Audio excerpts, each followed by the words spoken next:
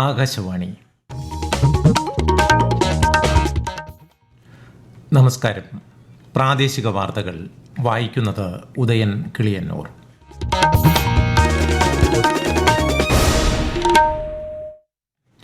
പ്രധാന വാർത്തകൾ. പ്രധാനമന്ത്രി നരേന്ദ്രമോദി ഇന്ന് വൈകിട്ട് രാജ്യത്തെ അഭിസംബോധന ചെയ്യും.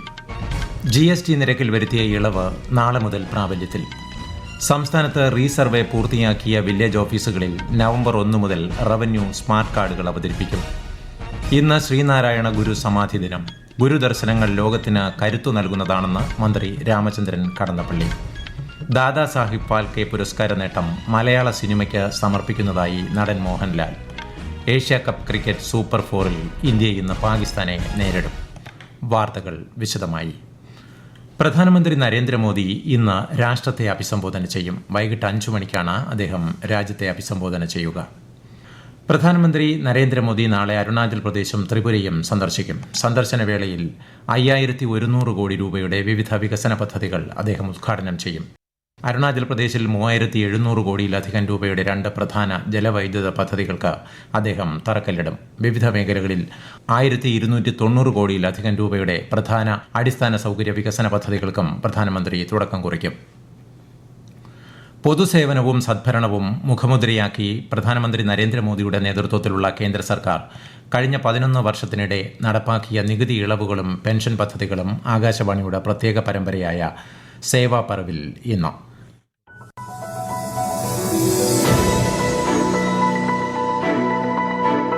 ആദായ നികുതി നിരക്ക് കുറയ്ക്കാനുള്ള കേന്ദ്ര സർക്കാരിന്റെ തീരുമാനം ജനജീവിതത്തിൽ ഗുണപരമായ മാറ്റങ്ങളാണ് ഉണ്ടാക്കിയത്. 2025-26 കേന്ദ്ര ബജറ്റിലെ പുതിയ നികുതി പരിഷ്കാരങ്ങൾ മധ്യവർഗത്തെ ദേശീയ വളർച്ചയുടെ ഒരു സ്തംഭമായി മാറ്റാൻ ശ്രമിക്കുന്നതിന്റെ സൂചനയാണ്. കേന്ദ്ര ബജറ്റ് അവതരണത്തിന് ശേഷം ദരിദ്രർക്കും ഇടത്തരക്കാർക്കും സർക്കാർ നികുതി ഇളവ് ഉറപ്പാക്കിയതായി പ്രധാനമന്ത്രി നരേന്ദ്രമോദി പ്രഖ്യാപിച്ചിരുന്നു. एनडीए सरकार ने पिछले 10 साल ये सुनिश्चित किया कि गरीब और मध्यम वर्ग को लगातार टैक्स से राहत मिलती रहे. इस बजट में भी इनकम टैक्स में कटौती और स्टैंडर्ड डिडक्शन में वृद्धि का फैसला लिया गया. TDS के नियमों को भी सरल किया गया. इन कदमों से हर टैक्स पेयर को अतिरिक्त बचत होने वाली. കഴിഞ്ഞ വർഷം ഓഗസ്റ്റിൽ കേന്ദ്ര മന്ത്രിസഭ അംഗീകരിച്ച ഏകീകൃത പെൻഷൻ പദ്ധതി സർക്കാർ ജീവനക്കാർക്കും അവരുടെ കുടുംബങ്ങൾക്കും സാമൂഹിക സുരക്ഷ ശക്തിപ്പെടുത്തുന്നതിനുള്ള മറ്റൊരു സുപ്രധാന നടപടിയായി.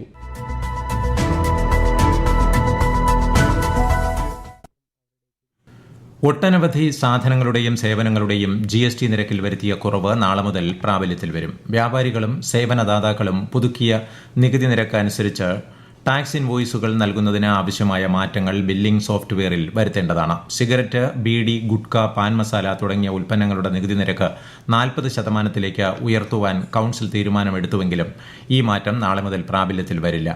ഇത് പിന്നീട് വിജ്ഞാപനം ചെയ്യും. നികുതി കുറച്ചതിന്റെ പ്രയോജനം ജനങ്ങൾക്ക് ലഭിക്കുന്നതിനുള്ള നടപടികൾ വ്യാപാരി സമൂഹം കൈക്കൊള്ളണമെന്ന് സംസ്ഥാന ചരക്ക് സേവന നികുതി കമ്മീഷണർ അറിയിച്ചു. GST പരിഷ്കരണത്തിന്റെ ഭാഗമായി ട്രെയിനുകളിലും റെയിൽവേ പരിസരങ്ങളിലും ലഭ്യമായ കുപ്പിവെള്ളത്തിന്റെ വില കുറയ്ക്കാൻ റെയിൽവേ മന്ത്രാലയം നിർദ്ദേശിച്ചു. ഇതനുസരിച്ച് വിലയിൽ 1 രൂപയുടെ കുറവുണ്ടാകും. റീസർവേ പൂർത്തിയാക്കിയ വില്ലേജ് ഓഫീസുകൾ നവംബർ 1 മുതൽ പ്രോപ്പർട്ടി കാർഡുകൾ എന്ന റവന്യൂ സ്മാർട്ട് കാർഡുകൾ അവതരിപ്പിക്കുമെന്ന് മന്ത്രി K. രാജൻ പറഞ്ഞു. Palakkad Paruthur smart village office കെട്ടിടം ഉദ്ഘാടനം ചെയ്ത് സംസാരിക്കുകയായിരുന്നു മന്ത്രി. ഡിജിറ്റൽ രേഖകളുമായി ബന്ധപ്പെട്ട് വില്ലേജ് ഓഫീസുകളിൽ ക്യൂ നിൽക്കാതെ സേവനങ്ങൾ ലഭ്യമാക്കാൻ സ്മാർട്ട് കാർഡുകൾ സഹായിക്കും. ഓരോരുത്തരുടെയും റവന്യൂ രേഖകൾ എല്ലാം ഉൾപ്പെടുത്തിയതായിരിക്കും ഈ കാർഡെന്നും മന്ത്രി പറഞ്ഞു.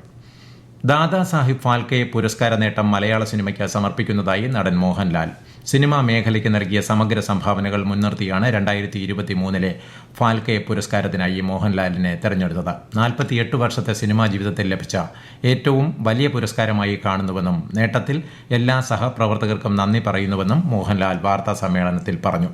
എൻ്റെ ഈ അവാർഡ് ഞാൻ മലയാള സിനിമയ്ക്ക് ഡെഡിക്കേറ്റ് ചെയ്യാണ്. അതിൻ്റെ ലെഗസി, അതിൻ്റെ ആർട്ടിസ്റ്ററി, അതിൻ്റെ അൺവേവറിങ് സ്പിരിറ്റ്. അത് മാത്രമല്ല, എന്നോടൊപ്പം 48 വർഷമായിട്ട് എന്നോടൊപ്പം സഹകരിച്ച പലരും ഇന്നില്ല. അവരെ ഞാൻ ഈ നിമിഷം ഓർക്കുന്നു. കാര്യം എല്ലാവരും കൂടെ ചേർന്നതാണ് സിനിമ. എൻ്റെ ഡയറക്ടേഴ്സ്, സ്ക്രിപ്റ്റ് റൈറ്റേഴ്സ്, ആർട്ടിസ്റ്റുകൾ, എൻ്റെ യൂണിറ്റ് ബോയ്സ്, എല്ലാ ഡിപ്പാർട്ട്മെൻറ്റിലുള്ള ആൾക്കാരെല്ലാവരും കൂടെ ചേർന്നാണ് മോഹൻലാൽ എന്നൊരു നടനുണ്ടായത്. പ്രേക്ഷകർ, അവരെല്ലാം ഞാൻ ഓർക്കുന്നു. അവർക്കെല്ലാം ഈ അവസരത്തിൽ നന്ദി പറയുന്നു. മറ്റന്നാൾ നടക്കുന്ന 71ാമത് ദേശീയ ചലച്ചിത്ര അവാർഡ് ദാന ചടങ്ങിൽ പുരസ്കാരം സമ്മാനിക്കും. അമീബിക് മസ്തിഷ്ക ജ്വരത്തിന് കാരണമാകുന്ന രോഗാണുക്കളെ കണ്ടെത്താൻ മഹാത്മാഗാന്ധി സർവകലാശാല Inter university centre for bio medical research and super speciality ഹോസ്പിറ്റലിൽ പ്രത്യേക ജലപരിശോധനാ സൌകര്യം ആരംഭിച്ചു. ജലസ്രോതസ്സുകളിൽ നിന്നുള്ള രോഗകാരിയായ അമീബകളെ കണ്ടെത്തുന്നതിനുള്ള പരിശോധനാ സൌകര്യമാണ് ഇവിടെ ആരംഭിച്ചത്. അതേസമയം അമീബിക് മസ്തിഷ്ക ജ്വരം ബാധിച്ച് ഇന്നലെ ഒരു കുട്ടിയെ കൂടി കോഴിക്കോട് മെഡിക്കൽ കോളേജിൽ പ്രവേശിപ്പിച്ചു. മലപ്പുറം സ്വദേശിയായ 13 വയസ്സുള്ള കുട്ടിക്കാണ് രോഗബാധ. നിലവിൽ 10 പേരാണ് കോഴിക്കോട് ചികിത്സയിൽ കഴിയുന്നത്. ഈ വാർത്തകൾ ആകാശവാണിയിൽ നിന്ന്.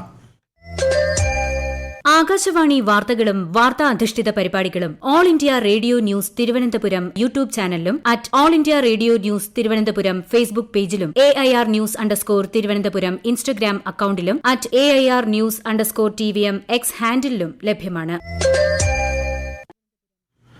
ഇന്ന് ലോക അൾഷിമേഴ്സ് ദിനം. രോഗത്തെക്കുറിച്ച് അവബോധം വളർത്തുന്നതിനും കൃത്യമായ ചികിത്സ ഉറപ്പാക്കുന്നതിനുമുള്ള ആഗോള ശ്രമത്തിന്റെ ഭാഗമായാണ് എല്ലാ വർഷവും സെപ്റ്റംബർ 21 ലോക അൾഷിമേഴ്സ് ദിനമായി ആചരിക്കുന്നത്. കേരളത്തിൽ ഏകദേശം 2.20 ലക്ഷം പേർ അൾഷിമേഴ്സ് ബാധിച്ച് ചികിത്സയിലുണ്ടെന്നാണ് റിപ്പോർട്ട്.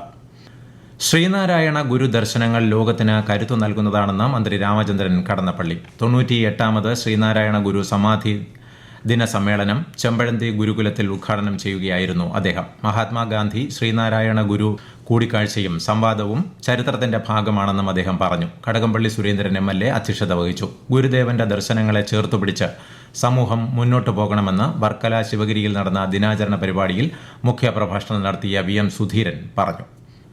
ഈ വർഷത്തെ ആറന്മുള വള്ളസദ്യ സമാപിക്കാൻ ഇനി 12 നാൾ മാത്രം ബാക്കി. ഇനിയുള്ള ദിവസങ്ങളിൽ നടക്കാൻ ഉള്ളത് 70 വള്ളസദ്യകൾ. കൂടുതൽ വിവരങ്ങളുമായി ആകാശവാണി പത്തനംതിട്ട ജില്ലാ പ്രതിനിധി ശ്രീജി S. ശ്രീധർ.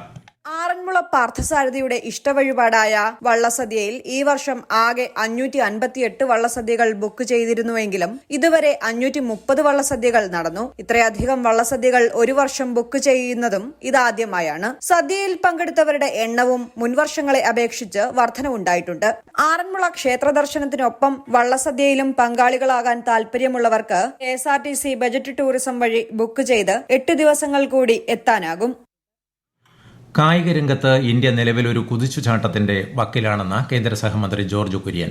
ടീമിനു വേണ്ടി കളിക്കുമ്പോൾ ഉണ്ടാകുന്ന സ്പോർട്സ്മാൻ സ്പിരിറ്റ് രാജ്യസ്നേഹത്തിന്റെ അടിസ്ഥാനമാണെന്നും അദ്ദേഹം ചൂണ്ടിക്കാട്ടി. തിരുവനന്തപുരത്ത് കാര്യവട്ടം LNCPയിൽ സൻസദ് ഖേൽ മഹോത്സവം ഉദ്ഘാടനം ചെയ്ത് സംസാരിക്കുകയായിരുന്നു അദ്ദേഹം. മികച്ച കായിക താരങ്ങളെ ചടങ്ങിൽ മന്ത്രി അനുമോദിച്ചു.